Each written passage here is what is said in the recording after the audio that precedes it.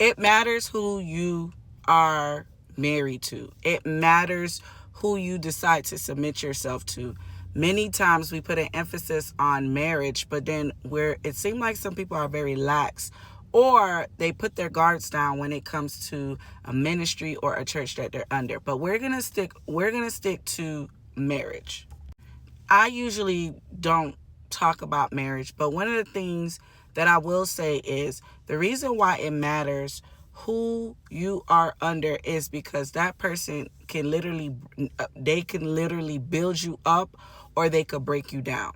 One of the things that I have always been for is leaving a person when they decide to Mike Tyson you. If they feel like they need to box you up, that's the point that you need to leave. Now, I do understand, because I grew up around a culture that they really promoted this emphasis on, God doesn't like divorce, right? And I believe after me, myself, reading the Bible, when it came to that, I was like, wait a minute. They were saying this thing completely out of context, and they was not giving all the scriptures, because at one point, the children of Israel actually had to separate from their marriages. I suggest you guys read Ezra, because God had told them not to get married to them people. He told them.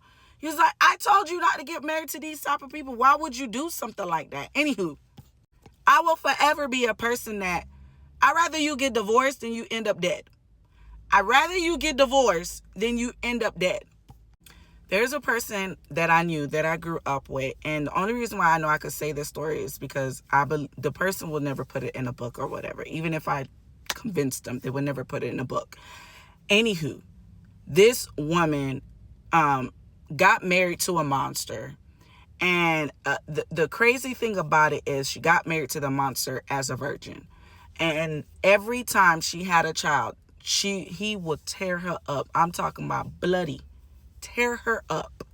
And every single time she would be encouraged to leave. However, she was a part of a ministry that they didn't believe in divorce at all. And if for whatever reason you got divorced, they would kick you out of the ministry. And I remember, finally she mustered up the strength one time, because he went into town this time, and she got away naked. You hear me? She got away butt booty naked. Butt booty naked. Butt booty naked. And by the time she got help with some strangers, she collapsed. That's how, it was like a fight or flight mode. And I remember when this whole thing was happening, I looked at the husband, and it was just like, the husband was not even in remorse or anything. He was just like, I ain't get to her quicker. That man was full on monster. Full on monster.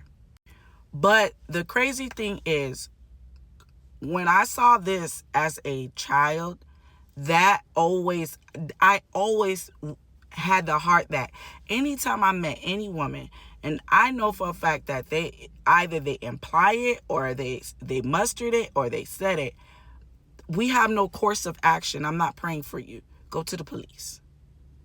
Go to the police. And if you're married and this is happening, grounds for divorce. Because I'd rather you be alive than dead.